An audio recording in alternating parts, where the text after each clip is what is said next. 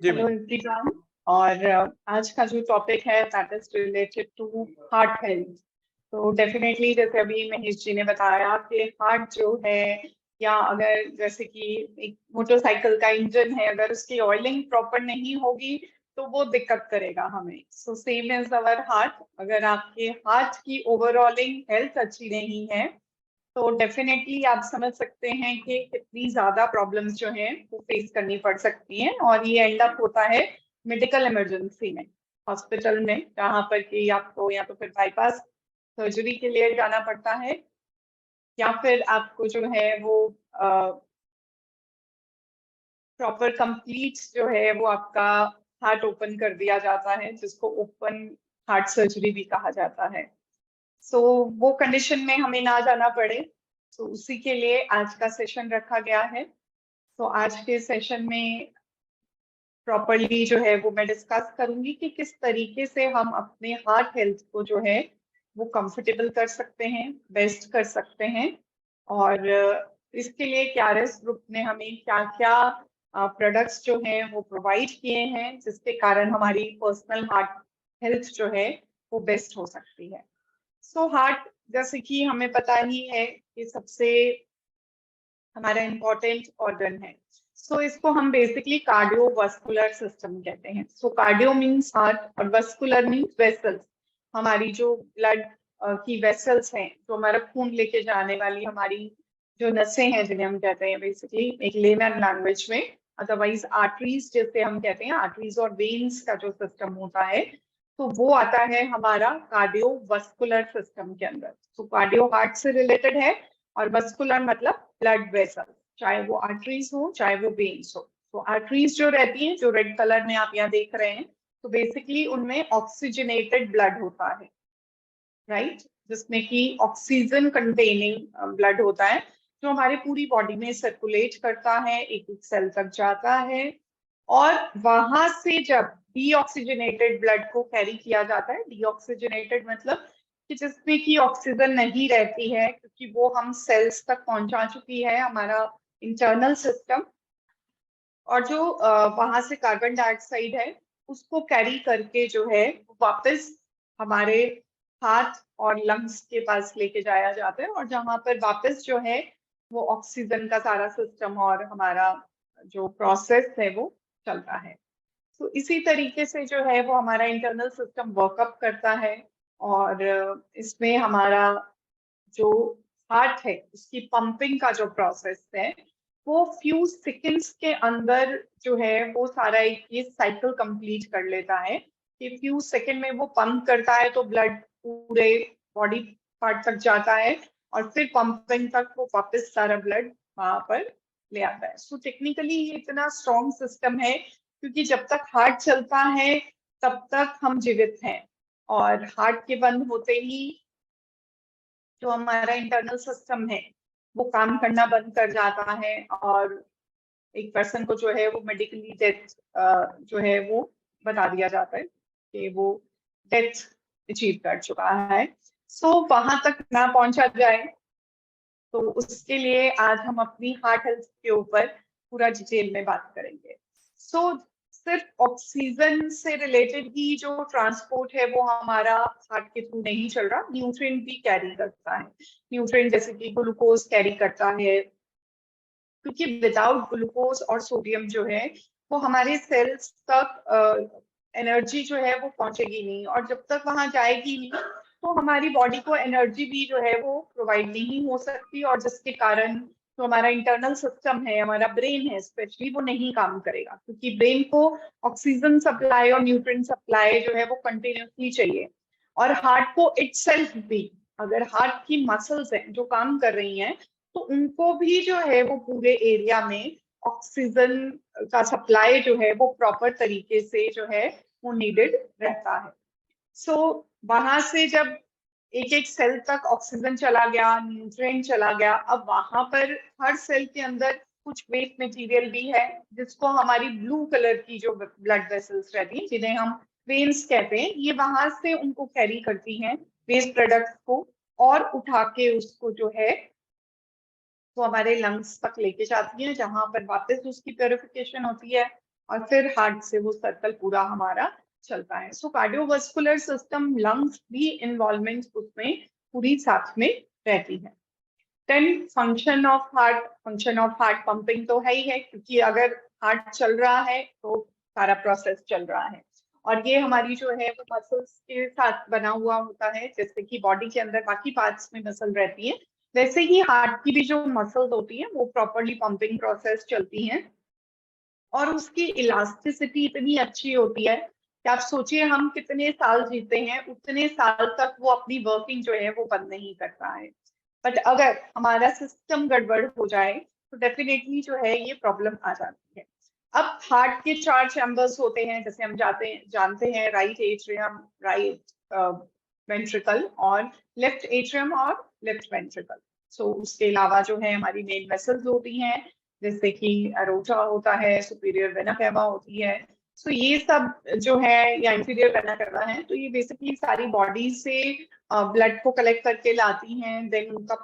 Pumping जो है वो एट्रियम से वेंट्रिकल्स तक जाता है, फिर वेंट्रिकल से लंग्स पे जाता है, लंग्स में प्रॉपर जो है वो पल्मोनरी आर्टरी के थ्रू ब्लड जाता है, वहां पर जाके ऑक्सीजन एक्सचेंज होता है, एंड देन वो वापस जो है वो हमारी बॉडी में आती है, एंड वहां से फिर पूरी बॉडी में थ्रू अरोटा जो है वो सारा ब्लड सप्लाई जो है वो प्रोवाइड कर दिया जाता है। सो यही मेजर आर्टरीज होती है। हार्ट के अपने अराउंड भी, क्योंकि वो एक मसल है तो उस मसल को भी ब्लड चाहिए, उसको काम करने के लिए ग्लाइकोजन का और ग्लूकोज का इस्तेमाल करने की जरूरत पड़ती है। तो ये सारा प्रोसेस जो है ये कंटिन्यूटी में चलता है। अब हार्ट की भी जो आउटर वेसल्स रहती हैं उनमें समटाइम ब्लॉकेज आ जाता है, और अगर मेन लाइक हार्ट उसमें वेसल में प्रॉब्लम आती है तो ये 100% ब्लॉकेज की तरफ चली जाती है, जिसके कारण की ओपन हार्ट सर्जरी वगैरह जो है वो कंडक्ट की जाती है। और अदरवाइज एक तो छोटी वेसल्स में अगर प्रॉब्लम आती है तो स्टंटिंग कर दी जाती है। और आजकल कुछ मेडिसिनल भी प्रोसेस चल गए हैं कि मेडिसिन डाल दिया जाता है, अगर आप सही टाइम पे हॉस्पिटल चले जाते हैं तो आपको जो है वो स्टंट की तरफ भी जाने की जरूरत नहीं पड़ती है, अगर ब्लॉकेज थोड़ा बहुत हो। बट अगर इन्हीं मेन वेसल्स में ब्लॉकेज ज्यादा आ जाता है तो फिर आपको हार्ट सर्जरीज के लिए डॉक्टर जो है वो रिकमेंड करते हैं। अब ब्लॉकेज होता क्यों है? बेसिकली हमारे लाइफस्टाइल के कारण है, हमारा जो लाइफ का सिस्टम है ये, उसके कारण ये प्रॉब्लम्स हमें फेस करनी पड़ती है। सो स्मोकिंग है, कोलेस्ट्रॉल है। कोलेस्ट्रॉल के लिए हमने जैसे लास्ट कुछ सेशन में भी बहुत अच्छे से डिस्कस किया था कि कोलेस्ट्रॉल कैसे बनता है। तो बेसिकली क्या रहता है कि जो हम खाना खा रहे हैं वहां से तो जो कोलेस्ट्रॉल का प्रोडक्शन हो रहा है तो हो रहा है, that is 20 to 30%, but rest 70 to 80% liver की मेटाबॉलिज्म कैसी चल रही है, लिवर का काम करने का तरीका कैसे चल रहा है, वहां से रेस्ट हमारे जो है वो कोलेस्ट्रॉल का प्रोडक्शन होता है। देन कुछ रिसर्च आर्टिकल्स में ये भी बताया गया है कि जो हमारे आर्टरीज जो हैं जिनमें ब्लॉकेज आती है, ये बेसिकली आती है बिकॉज ऑफ द टॉक्सिन्स जो हम डेली बेसिस पे अपनी डाइट पे इंजेस्ट कर रहे हैं, जैसे कि हैवी मेटल्स हो गए, जो जाके हमारी आर्टीरियल लाइनिंग को डैमेज करना शुरू करते हैं, और उस डैमेज के कारण वहां पर जाके प्लेग का फॉर्मेशन शुरू होता है। और वो जो प्लेग है, जो बैड कोलेस्ट्रॉल है, उसका डिपोजिशन होगा, और वो बैड कोलेस्ट्रॉल जो है वो जाके आपकी जो वेसल है, मान लीजिए अगर वो इतनी चौड़ी है तो वो ग्रेजुअली ग्रेजुअली छोटी होती जाती है, और एक टाइम ऐसा आता है कि वहां पर कोई चीज आके अच्छे से अड़ गई और ना ब्लड फ्लो इधर जा रहा है ना इधर जा रहा है, जिसको हम कंप्लीट ब्लॉकेज भी कहते हैं। तो कोलेस्ट्रॉल एक one of the major factor है जिसके कारण जो है ये प्रॉब्लम होती है। बट बैकएंड पे कहीं ना कहीं हैवी मेटल्स, या जो आजकल का हमारा पेस्टिसाइड का कंजम्पशन है इतना ज्यादा, या जो डिटर्जेंट्स हम यूज कर रहे हैं घरों पे उनमें जो केमिकल्स प्रेजेंट होते हैं, या कई लोगों की जॉब एक्सपोजर ऐसा होता है कि जहां पर केमिकल्स के अंडर उन्हें काम करना पड़ता है, तो उस जगह पे जाके भी ऐसे जो है वो ब्लॉकेज कॉज होना बहुत ज्यादा कॉमन है। और स्मोकिंग के कारण एथेरोस्क्लेरोसिस हो जाता है, मतलब कि जो वेसल है उसकी नैरोइंग हो जाती है, उसमें स्टिफनेस रिजिडिटी बढ़ जाती है, उसकी फ्लेक्सिबिलिटी रिड्यूस हो जाती है।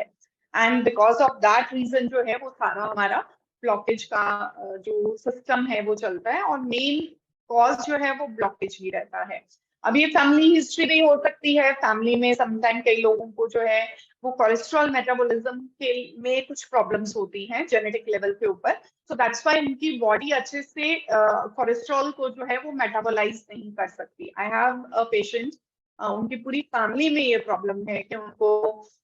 जो है वो कोलेस्ट्रॉल हमेशा लेवल्स हाई रहते हैं even after taking the medication, क्योंकि वो जो एंजाइम प्रोडक्शन हो रहा है जिससे कि मेटाबॉलिज्म होना है कंप्लीट, वो कंप्लीट प्रोसेस नहीं हो पाता है, एंड दैट लीड्स टू कि भी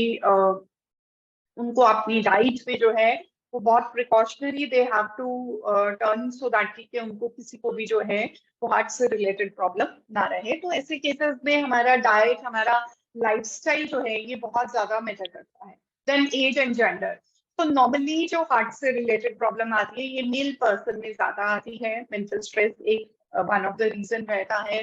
डेफिनेटली, क्योंकि हम मेल्स का एक्सपोजर आउटसाइड भी ज्यादा रहता है, so that is again one of the reason.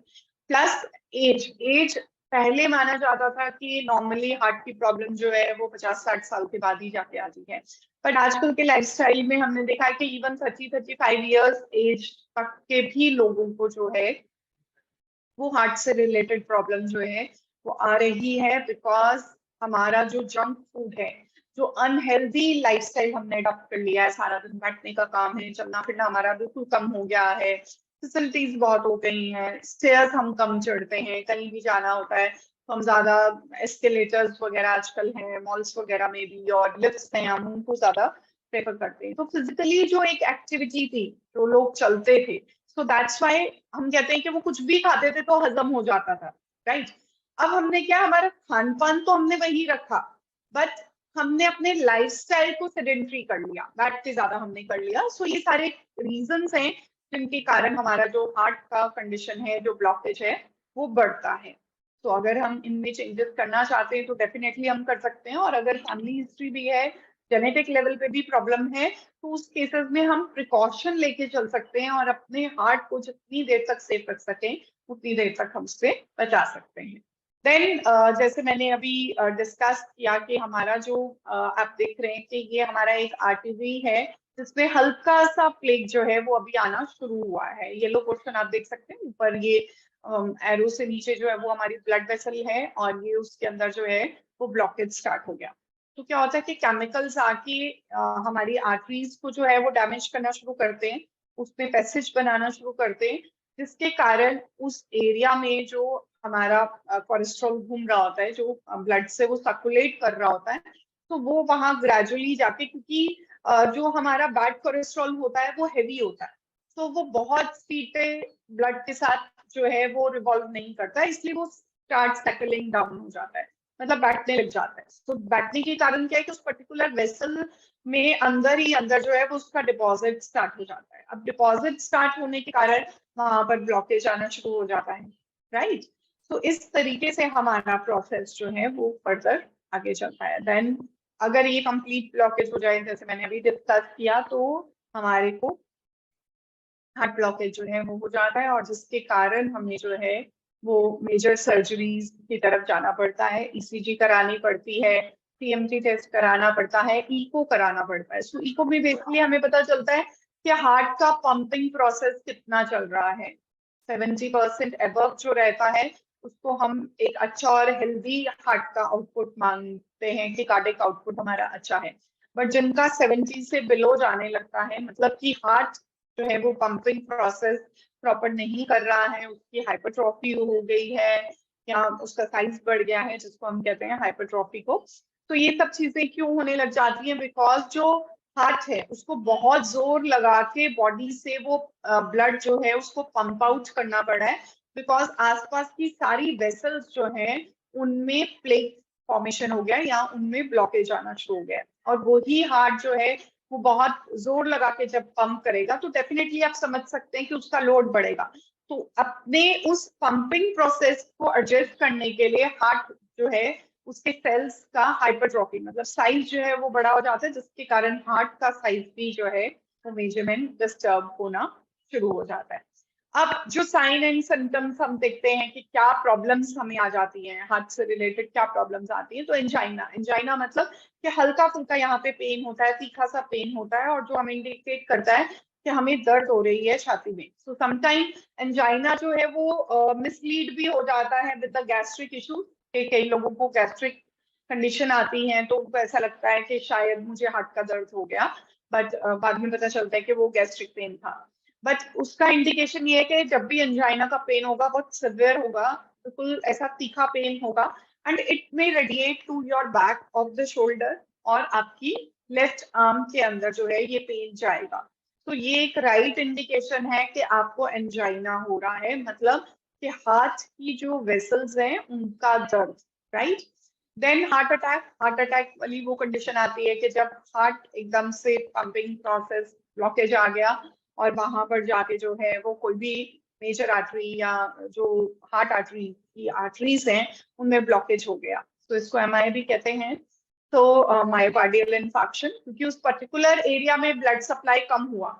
मान लीजिए हार्ट की जो अपनी वेसल्स हैं जो हार्ट को सेल्फ ब्लड सप्लाई कर रही हैं, अब उनमें किसी में अगर ब्लॉकेज आ जाती है, तो उस कंडीशन में क्या होता है कि हार्ट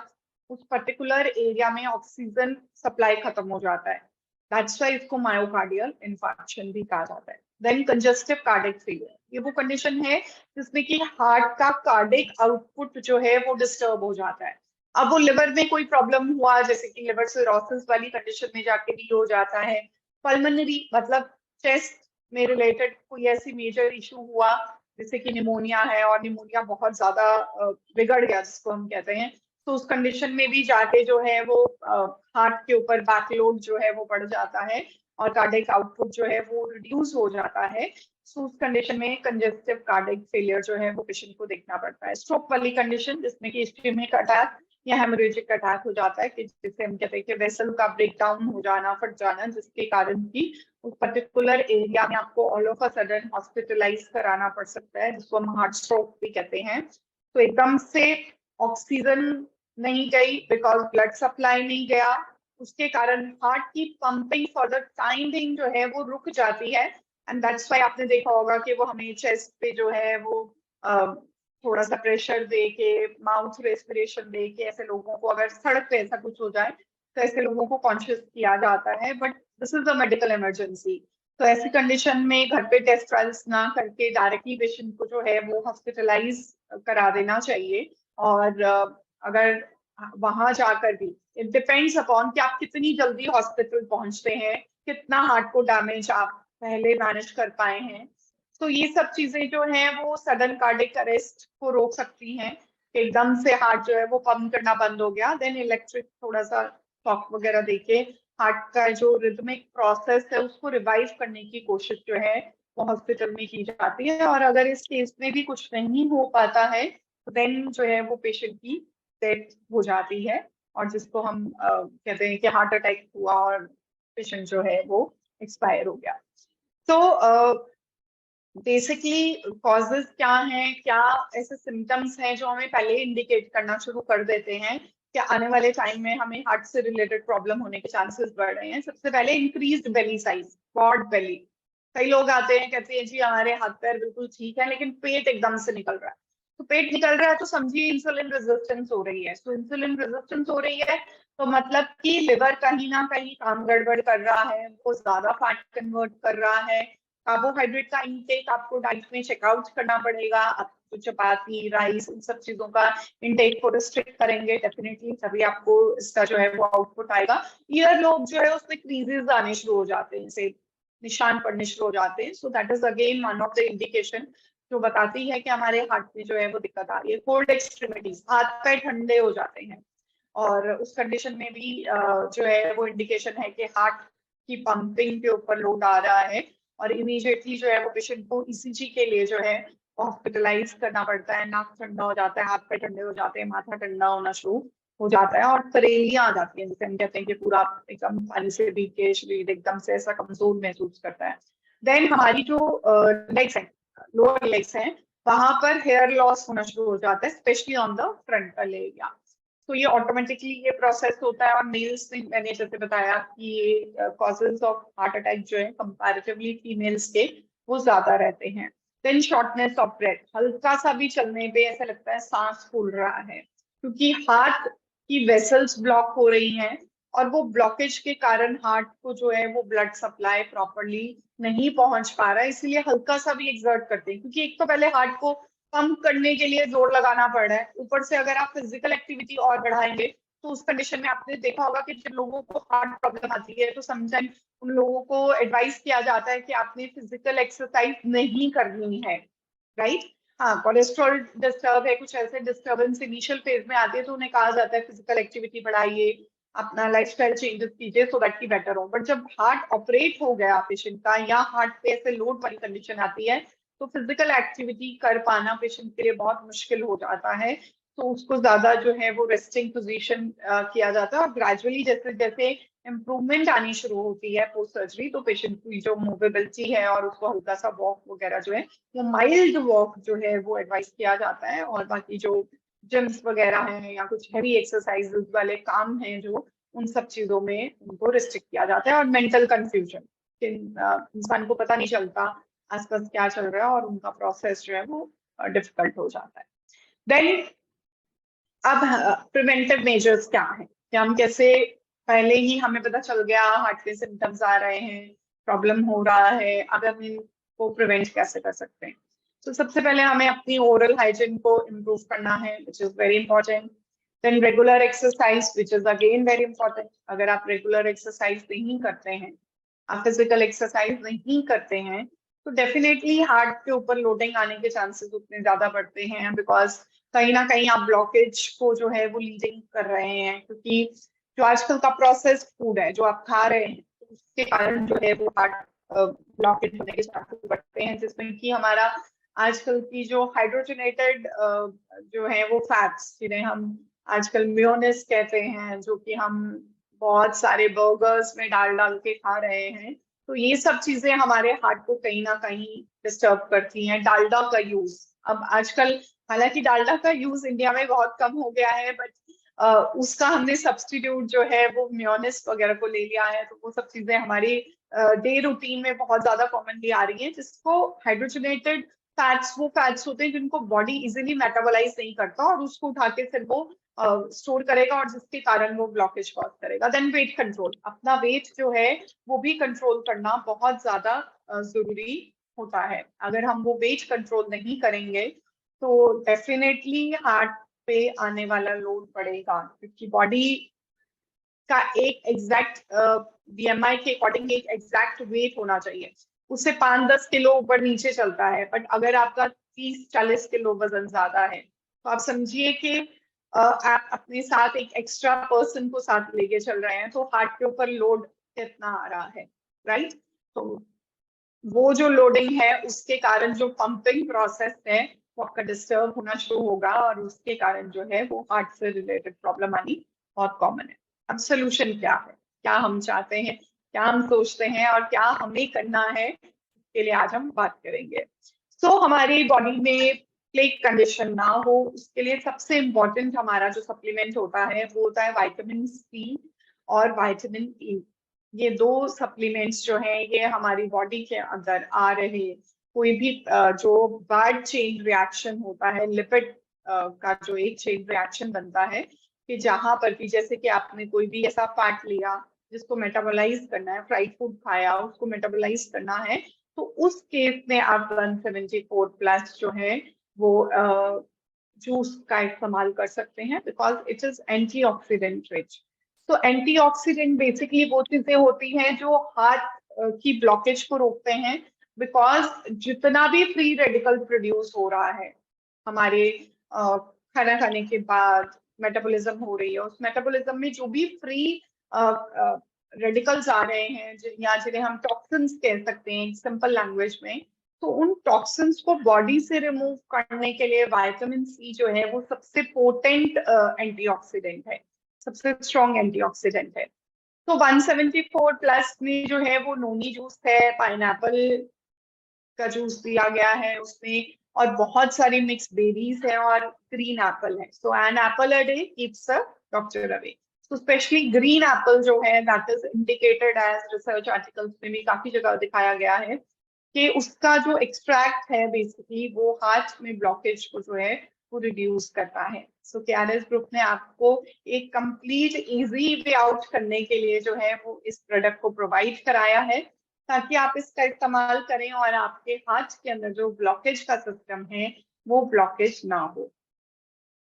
सो अगर ब्लॉकेज नहीं होगा, हमारी वेसल्स रेगुलर बेसिस पे क्लीन रहेंगी। हमने फैट खाया, वो फैट हमारा डिपॉजिट नहीं हम चाहते कि वेसल्स के अंदर जाके हो। जैसे कि हैवी क्रीमी आइटम्स हमने खा ली, बर्गर्स खा लिया हमने, पिज्जाज ले लिया, या हमने कुछ तला हुआ खाना खाया, या हमारी डाइट का एक मेजर पोर्शन जो है वो हम कार्बोहाइड्रेट से भर रहे हैं, तो उस कंडीशन में जो है वो 174 जूस जो है वो आपकी काफी हद तक मदद करेगा। और उस जो मेटाबॉलिज्म का प्रोसेस है और जो एंड प्रोडक्ट निकल रहा है जहाँ पर कि फ्री हमारे फ्री रेडिकल्स प्रोड्यूस हो रहे हैं, उनको बॉडी से क्लीन आउट करने में मदद करेगा। प्लस क्योंकि विटामिन सी रिच है, इसीलिए ये हमारी जो इलास्टिसिटी है उसको इम्प्रूव करता है। तो हार्ट की मसल्स का सबसे इम्पोर्टेंट फैक्टर ही उसका इलास्टिन फाइबर है कि उसकी इलास्टिसिटी मेंटेन है। दैट्स वाई वो कंटिन्यूसली बीट कर रहा है, पंप कर रहा है और चलता जा रहा है। तो अगर इलास्टिन प्रोसेस अच्छे से हार्ट को रहेगा तो विटामिन सी बेसिकली जो है उसमें काफी अच्छा काम करता है उस प्रोडक्शन के लिए। एंड दैट्स वाई हर सेल की डीपर क्लेंजिंग रहती है और प्रॉपर जो है वो हमारे हार्ट की फंक्शनिंग में ये मदद करता है। तो अगर प्लेग नहीं चाहते हैं, आप नहीं चाहते हैं कि ब्लॉकेज का जो मेन कारण है वो कारण ही हम हटा दें, तो आप जो है वो 174 जूस को ले सकते हैं। अब 174 जूस को आप हेल्दी कंडीशन में है, थोड़ा सा हाई बीपी रहता है तो भी यूज कर सकते हैं, या आपका लाइफस्टाइल बहुत गंदा है, बहुत बार का आपको जॉब प्रोफाइल ऐसा है कि बार बार बाहर जाना पड़ता है, बाहर खाना पड़ता है, तो उस कंडीशन में ये सब चीजें जो है आपको हेल्प आउट कर सकती हैं, अगर आप इसको थोड़े दिन रेगुलरिटी में जो है वो दिन में एक बार डाइल्यूट करके उसको पानी में अगर यूज करते हैं। अब ये क्वेश्चन बहुत बारी मेरे पास आता है कि इनको लेना कैसे है। तो first and the most important thing is कि एकदम आपको कंसंट्रेटेड फॉर्म में कभी भी नहीं लेने हैं जूसेस। पहले उनको पानी में थोड़ा डाइल्यूट करेंगे और उसको स्टार्ट करेंगे विद द मिनिमम डोज, और ग्रेजुअली जैसे जैसे आप उसका अमाउंट जो है वो इम्प्रूव कर सकते हैं। आप कंसंट्रेटेड अमाउंट में, बड़ी अमाउंट में उसको लेना शुरू कर देंगे और सोचेंगे कि शायद ये बहुत फास्टर स्पीड पे मुझे ठीक कर देगा, तो ऐसा नहीं है। प्रोसेस जितना टाइम लेता है वो हमें बेनिफिट करेगा। सो इसीलिए इसको सेफली यूज कीजिए। किसी भी प्रोडक्ट को, जूसेस को जो आप यूज कर रहे हैं, तो पहले थोड़ा डाइल्यूट कीजिए, देन उसका इस्तेमाल कीजिए। 20 ml 10 ml से पहले स्टार्ट कीजिए और धीरे धीरे जो है वो 30 ml तक आप उसको सेफली यूज कर सकते हैं। Than omega. अब ओमेगा क्यों सबसे इम्पोर्टेंट है, ये हमने कोलेस्ट्रॉल में भी इसको किया था, और मैंने जैसे बताया कि ओमेगा एक ऐसा प्रोडक्ट है जो ब्रेन, आईज, हार्ट, स्टमक, हर जगह पे ही इसका फंक्शन है। क्योंकि ये एसेंशियल फैट्स हैं, ये वो फैट्स हैं जो बॉडी के अंदर आ रहे बैड फैट्स को रिड्यूस करते हैं। जो हमारे गुड फैट्स होते हैं उनको हम एचडीएल करते हैं। अब जैसे मैंने बताया था कि हमारी वेसल है, ब्लड वेसल के अंदर जो है वो कुछ केमिकल्स ने जाके सारा आसपास ब्लड वेसल को डैमेज करना शुरू कर दिया, जिससे कि कटिंग हो गई सपोज। अब वहां पर क्योंकि हैवी जो हमारे कोलेस्ट्रॉल्स हैं, जो कि बैड फैट हैं, वो ट्रेवल उतना ज्यादा नहीं कर पाते, तो वो क्या करते हैं, वो साइड्स में जाके जमना शुरू होते हैं। बट एचडीएल क्या करता है कि एचडीएल वो जमा हुए साइड्स में जो पार्टिकल्स हैं उनको कैरी करता है, वहां से ब्लड से उठाता है और उसको मेटाबोलाइज करने के लिए जो है वो लिवर पे लेके जाता है, और लिवर से वापस वो हमारे जो है वो गॉल ब्लैडर में जाते हैं। कोलेस्ट्रॉल में जो है वो बाइल सॉल्ट्स में उनका कन्वर्जन होता है, और बाइल सॉल्ट का कन्वर्जन जो है वो हमारे गट सिस्टम में जाता है, हमारे यूरिन में कलर देता है, हमारे स्टूल को कलर देता है, और इस तरीके से एक्सेस बाइल सॉल्ट जो हैं वो बॉडी से ड्रेन आउट होना शुरू हो जाते हैं। अब क्या है कि गॉल ब्लैडर में ही स्टोन आना शुरू हो गया, इतना ज्यादा हमारा डाइट का सिस्टम गड़बड़ाया हुआ था कि वहां पर पूरा ब्लॉकेज हो गया। सो उस ब्लॉकेज के कारण जो है वो लिवर पे लोड आएगा, लिवर से समझिए हार्ट पे लोड आएगा। सो ये प्रोसेस चलता है। सो इसीलिए अगर हमारा डाइट में एचडीएल, क्योंकि जब हम लिपिड प्रोफाइल कराते हैं तो मेरी हमेशा यही एडवाइस होती है कि कंप्लीट लिपिड प्रोफाइल कराइए। आप सिर्फ एक एलडीएल आपने करा लिया और आपने ट्राइग्लिसराइड्स करा लिया और आप आके बोल दीजिए ये तो मेरे बिल्कुल ठीक है, मुझे जरूरत नहीं है। बट अगर आपकी बॉडी में एचडीएल कम है तो भी आपको हार्ट से रिलेटेड प्रॉब्लम होने के चांसेस बढ़ सकते हैं, क्योंकि ये एक तरह से आपकी बॉडी के वो सिलेंजर्स हैं, वो चीजें हैं जो कि आपकी बॉडी से गंदे फैट को उठा के जो है वो कैरी करके आपके ब्लड वेसल्स को क्लीन करने का काम जो है with the help of protein molecules जो है वो ये परफॉर्म कर रहे हैं, और उसी के कारण जो है वो हमारा लेवल्स जो है वो बैलेंस्ड रहते हैं। एंड दैट्स व्हाई हमारे triglycerides level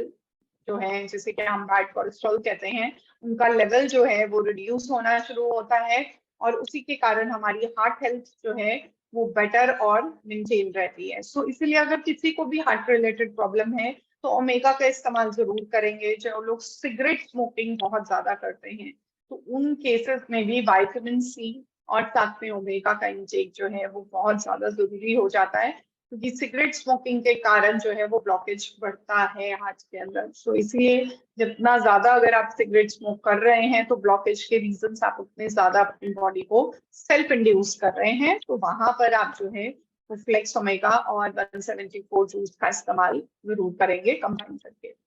then KRS group ने आपकी एक प्रॉब्लम को सॉर्ट आउट करने के लिए जो है वो एक कंप्लीट हार्ट केयर प्रोडक्ट का जो है वो एक प्रोडक्ट प्रोवाइड किया है आप लोगों को, जिसमें काफी सारी चीजें हैं, जिसमें टर्मरिक है, अश्वगंधा है, ग्रीन टी है, अर्जुन छाल है। तो ये सब चीजों को अगर आप अलग अलग लेने जाना चाहें तो वो आपके हाथ के लिए उतना हेल्दी नहीं रहेगा, क्योंकि आपको सेल्फ नहीं पता उसका डोजेस कितना लेना है। सो ये सारी चीजें बहुत बैलेंस करके जो है वो हार्ट केयर प्रोडक्ट में डाली गई हैं, क्योंकि आपके लिपिड प्रोफाइल की मेटाबॉलिज्म को, लिपिड मेटाबॉलिज्म जो हो रही है, मतलब जो हमारा फैट है उस वो भी बॉडी में जाके एक तरीके से ब्रेक डाउन होता है, तो वो ब्रेक डाउन प्रॉपर हो, कंप्लीट हो, उसमें कम से कम फ्री रेडिकल्स का प्रोडक्शन हो, तो वहां पर जो है वो हमारा टर्मरिक और हमारा अर्जुना चाल जो है वो बहुत अच्छे से इसका काम जो है वो देखते हैं, और उसके कारण काफी बेनिफिट आता है। तो ग्रीन टी जो है, ग्रीन टी हमारे मेटाबॉलिक रेट को इम्प्रूव करता है, ट्रिगर करता है, और उसी के कारण जो है वो फैट डिपॉजिट का जो प्रोसेस है वो स्लो डाउन हो जाता है। देन इस्चेमिक कार्डियोमायोपैथी जो है वो पेशेंट को नहीं होती। इस्चेमिया जैसे मैंने बताया कि हार्ट के ही अराउंड की जो वेसल्स हैं उनमें अगर ब्लड सप्लाई कम हो गया, बिकॉज छोटी छोटी वेसल्स में जो है वो लाइक ब्लॉकेज आ रहा है, और उसके कारण जब ब्लॉकेज आएगा तो उस पर्टिकुलर एरिया में ऑक्सीजन सप्लाई नहीं जाएगा, तो हार्ट में एक इंफेक्शन जैसी प्रॉब्लम्स जो है वो आने लग जाएंगी, और वो जो है हार्ट की अपनी पर्सनल जो ऑक्सीजन सप्लाई है वो रिड्यूस हो जाएगी, और जिसके कारण पेशेंट को जो है वो हार्ट अटैक हो जाएगा। सो उन सब चीजों से बचने के लिए जो है वो हार्ट केयर को आप इस्तेमाल कर सकते हैं। देन एंटी हाइपरटेंसिव इफेक्ट, मतलब कि बीपी को लोअर करने में, बीपी अगर हमारा बहुत ज्यादा बढ़ गया है तो उसको रिड्यूस करने में भी ये हमारा जो है हार्ट केयर प्रोडक्ट हमारी मदद करता है। एंटीऑक्सीडेंट रिच तो है ही है,